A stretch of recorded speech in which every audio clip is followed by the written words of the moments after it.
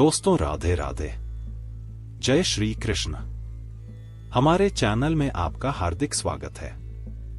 दोस्तों, एक बार माता लक्ष्मी भगवान विष्णु जी से मिलने जाती है और कहती है, हे प्रभु, जब मैं आपसे मिलने के लिए आ रही थी तो मेरी नजर रास्ते में मृत्यु लोक पर पड़ी तो मैंने क्या देखा कि कुछ सुहागिन स्त्रियां आपस में चर्चा कर रहे कि स्त्री की एक चीज छूने से किस्मत बदल जाती है और स्त्री के इस दिन चूड़ी पहनने से पति की उम्र कम हो जाती है। प्रभु, मैंने जब से उस चर्चा को सुना है मेरा मन विचलित हो गया है, इसीलिए मेरा आपसे अनुरोध है, आप मुझे मेरे दोनों प्रश्नों का उत्तर देकर संतुष्ट करने की कृपा करें। भगवान विष्णु कहते हैं, लक्ष्मी, मैं तुम्हें तुम्हारे दोनों प्रश्नों के उत्तर एक छोटी कहानी के माध्यम से दूंगा, मगर मेरी एक शर्त में जब तक कहानी सुनाओ तब तक पूरा मन लगाकर कहानी सुनना और कहानी पूरी सुनना, क्योंकि आधी अधूरी कहानी सुनने से आधा अधूरा ही ज्ञान प्राप्त होता है जो जीवन में कभी काम नहीं आता। फिर भगवान विष्णु की बात सुनकर ही माता लक्ष्मी कहती है, ठीक है प्रभु, मैं आपको वचन देती हूँ कि कहानी पूरे मन से सुनूंगी, आप कहानी प्रारंभ कीजिए। तो मित्रों, कहानी शुरू करने से पहले मेरा आप सभी से अनुरोध है कि कमेंट पर राधे राधे लिखें, और अगर आप भगवान कृष्ण के सच्चे भक्त हैं तो यह कहानी आप अंत तक जरूर सुनेंगे, क्योंकि भगवान विष्णु की यह कथा आपके जीवन में अवश्य कुछ नया सिखाएगी। भगवान विष्णु कहते हैं, लक्ष्मी, एक नगर में एक सेठ रहता था। वह बहुत ही संपन्न था। उनके पास सब कुछ था, आलीशान दुकान थी, महल था, धन की कोई कमी नहीं थी। सेठ के 3 बेटे थे, तीनों बेटों की शादी हो चुकी थी। सेठ की 3 बहनें थीं, उनका स्वामी बहुत ही अच्छा था। अपने सास ससुर और पति की खूब सेवा किया करती थी, इसलिए घर में सुख शांति का वातावरण था। सेठ का बड़ा लड़का थोड़ा स्वभाव का अच्छा नहीं था, इसलिए सेठ के बड़े लड़के की उसके माँ बाप से नहीं बनती थी, इसीलिए सेठ ने अपने बड़े बेटे को धन नहीं दिया था और अपने दोनों छोटे लड़के और तीनों वर्गों में बांट दिया था, जिसकी वजह से बड़े लड़के की आर्थिक स्थिति ज्यादा अच्छी नहीं थी। भगवान विष्णु कहते हैं, लक्ष्मी, एक बार सेठ अपने मन में सोचता है कि भगवान ने मुझे सब कुछ दिया है पर एक बेटी नहीं दी है। यदि एक बेटी होती तो मैं अपने मन की सारी बातें अपनी बेटी को बताता और बेटी को बहुत दुलार करता। भगवान विष्णु कहते हैं, लक्ष्मी, सेठ अपनी सेठानी के साथ में अपना अच्छा जीवन जी रहा था, मगर एक बेटी की कमी सेठ जी को हमेशा खलती रहती थी।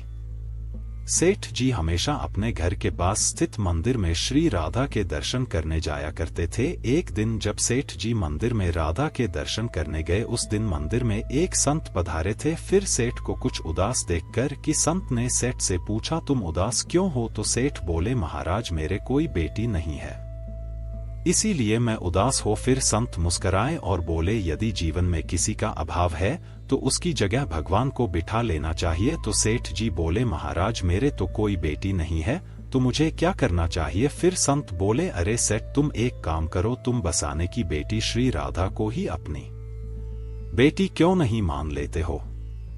भगवान विष्णु कहते हैं कि ही लक्ष्मी, इस प्रकार संत की बात सेठ जी को बहुत ही पसंद आई। उसी दिन सेठ ने राधा का एक बड़ा चित्र मंगवाया और उसे अपने कमरे में लगा लिया। अब तो सेठ का जीवन पूरा बदल गया। वे उठते बैठते सोते जागते श्री राधा जी को अपनी बेटी मान करके उनसे बातें करने लगते थे।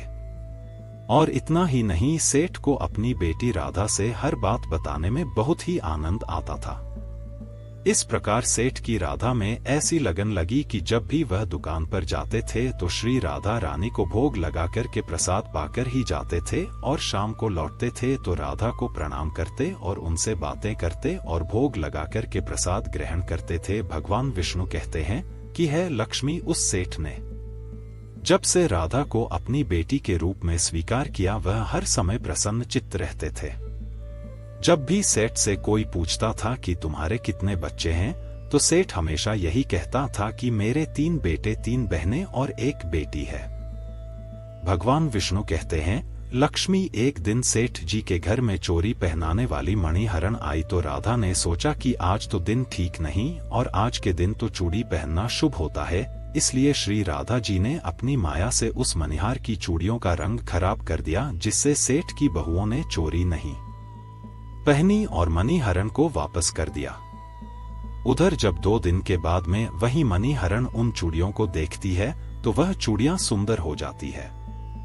फिर मनिहार उन्हें चूड़ियों को लेकर के सेठ के घर पुनः आती है तो सेठ की तीनों बहनें चूड़ियां पहनती है और बाद में राधा भी चूड़ी पहनने के लिए प्रकट होती है। और जब राधा प्रकट हो गई तो मनिहार ने जब राधा का स्वरूप देखा तो मणिहरण उन्हें देखते ही रह गई। फिर राधा रानी मनिहार से कहने लगी, मुझे भी चूड़ी पहनाओ। उधर राधा जी की बात सुनकर के मनिहार अन्य मन में विचार किया कि हो सकता है कि सेठ के घर पर कोई मेहमान आ गया होगा, क्योंकि हमेशा तो मैं जब भी इस घर में चोरी पहनाने आती थी तो सेठ की केवल 3 ही हुए दिखाई पड़ती थी जो हमेशा चोरी पहनती थी, मगर आज यह चौथी बेटी मुझे नजर आई है। लगता है कोई मेहमान होगी। भगवान विष्णु कहते हैं कि ही लक्ष्मी, और फिर ऐसा सोचकर कि उस मनिहार ने राधा जी को चोरियां पहना दी। अब राधा रानी चूड़ी पहनकर की ओट में जाकर के अंतर्ध्यान हो गई। सभी को चूड़ियां पहनाकर के मनिहार हमेशा की तरह चूड़ियों का पैसा लेने के लिए सीट की दुकान पर चली गई। फिर मनिहार को देखते ही सेठ कहने लगा, लगता है घर पर चूड़ियां पहनाने गई थी, तुम हमारी तीनों बहुओं को चूड़ियां पहनाकर आई, ये लो अपने पैसे। मैं तुम्हें देखकर ही समझ गया कि तुम दुकान पर पैसे लेने के लिए आई हो। और फिर सेठ ने मनिहारी को हर बार की तरह जितने पैसे देते थे उतने ही पैसे निकाल कर दे दिए। तो मणिहरण कहने लगी, सेठ जी इस बार मैंने 3 जनों को नहीं बल्कि 4 जनों को चूड़ियां पहनाई है, इसलिए इस बार मैं ज्यादा पैसे लूंगी। भगवान विष्णु कहते हैं, हे लक्ष्मी। मनिहारी की बात को सुनकर के शेर कहने लगे, हमारे घर में 3 बहुओं के अलावा चौथी तो कोई है नहीं, फिर तुमने चोरी की से पहनाई। तो मनिहारी कहने लगी, सेठ मैं नहीं जानती, लेकिन मैं तो सिर्फ इतना जानती हूँ कि मैंने तो 4 को चूड़ी पहनाई है। फिर इस प्रकार मनिहार उनकी बात को सुनकर के सेठ कहने का, ठीक है, पहले तुम 3 लोगों के पैसे ले जाओ, बाकी के पैसे मैं पहले घर पर जाकर पता करूंगा था कौन है जिसे तुमने चोरी पहनाई है। पहले मैं घर पर जाकर पता करूंगा, उसके बाद तुम्हें पैसे दूंगा। मणिहरण बोली, ठीक है सेठ जी, पहले आप घर पर पता कीजिए, उसके बाद मुझे मेरे पैसे दे देना। और ऐसा कहकर के वो मणिहरण सेठ की दुकान से चली गई। भगवान विष्णु कहते हैं कि हे लक्ष्मी, शाम को सेठ जी जब घर पर पहुंचे उन्होंने घर में मणिहरण के बारे में पूछा। उनकी बहू ने कहा कि केवल हम तीनों ने ही चूड़ियां पहनी थी। तो सेठ कहने लगा कि यही बात तो मैंने मनिहार को काफी देर तक समझाई कि हमारे घर में केवल 3 ही जने हैं, चौथा कोई नहीं है जिसे तुमने चूड़ियां पहनाई है। मगर वो मणिहरण यह बात मानने के लिए तैयार नहीं थी और बार बार उसका यही कहना था कि मैंने 4 जनों को छोड़ दिया पहनाई है। भगवान विष्णु कहते हैं, लक्ष्मी इस प्रकार से सारी बात भूल गया और अपने नित्य काम में लग गया। सेठ राधा राधा बोलते बोलते श्री राधा जी को प्रसाद का भोग लगा करके और भोजन करके सो गया। उधर जब सेठ को नींद आ गई तो उसके स्वप्न में श्री राधा जी प्रकट हुई। उनकी आंखों में आंसू थे। सेठ ने पूछा, बेटी उदास क्यों हो? तो श्री राधा बोली, पिताजी आज मेरा मन बहुत दुखी है। मैंने आज अपने पिता का घर समझकर के यहाँ आराम से चूड़ियां पहनी थी, परंतु पिताजी आपने उस मणिहरण को मेरी चूत का मोल नहीं चुकाया। पिताजी आपने मुझे बेटी तो बना लिया परंतु आपको मेरी याद नहीं आई, आपने मुझे भुला दिया, इससे मैं बहुत दुखी हूँ। भगवान विष्णु कहते हैं, हे लक्ष्मी। फिर इतना सुनकर के सेठ सपने में ही रोते हुए बोली, बेटी मुझे क्षमा कर, तो मुझसे बहुत बड़ी भूल हो गई। और सेठ तुरंत ही नींद से उठे, उनकी आंखों से आंसू आ रहे थे। सेठ ने तुरंत ही तिजोरी में से पैसे निकाले और मनिहार के घर की तरफ चल दिए। सेठ ने मनिहार उनके घर का दरवाजा खटखटाया। मनिहार ने दरवाजा खोला और नजर पाया सेठ खड़े थे। तो मनिहारी कहने लगी, सेठ जी इतनी रात को आप कैसे आना हुआ? और फिर मनिहार सेठ को अपने घर के अंदर ले गई। सेठ की आंखों में आंसू भरे थे। फिर सेठ मनिहरण कहने लगा, तुम्हारे जैसा बैठा भागी कोई नहीं, तुम तो बहुत ही भाग्यशाली हो। तो मनिहारी कहने लगी, सेठ जी ऐसा क्या हुआ? तो सेठ बोला, मैंने राधा जी को अपनी बेटी बनाया है, परंतु मैंने उन्हें कभी भी अपने नेत्रों से नहीं देखा, लेकिन तुमने आज उन्हीं राधा जी को अपने हाथों से दिया पहनाई है। आज तुम्हारे जितना भाग्यशाली इस धरती पर दूसरा कोई नहीं। मैं तुम्हें अपनी पुत्री की पहनी हुई चूड़ियों का मूल्य चुकाने आया हूँ। और यह कहकर के सेठ जी ने रुपयों से भरी हुई थैली मणिहरण के सामने रख दी और कहा, इसमें से जो भी लेना है ले लो। भगवान विष्णु कहते हैं कि हे लक्ष्मी, जब मणिहार ने सुना कि स्वयं राधा जी उसे चूड़ियां पहनने आई थी तो मणिहरण की आंखों में भी आंसुओं की धारा बह निकली और मणिहरण बोली, सेठ जी, मैं राधा रानी की चूड़ियों के पैसे कैसे ले सकती हूँ? ऐसा सौभाग्य किसे मिलता है जो मुझे मिला और मैंने राधा को अपने हाथों से चूड़ियां पहनाई। मैं आपसे बिटिया राधा की चूड़ियों के पैसे कभी भी नहीं लूंगी।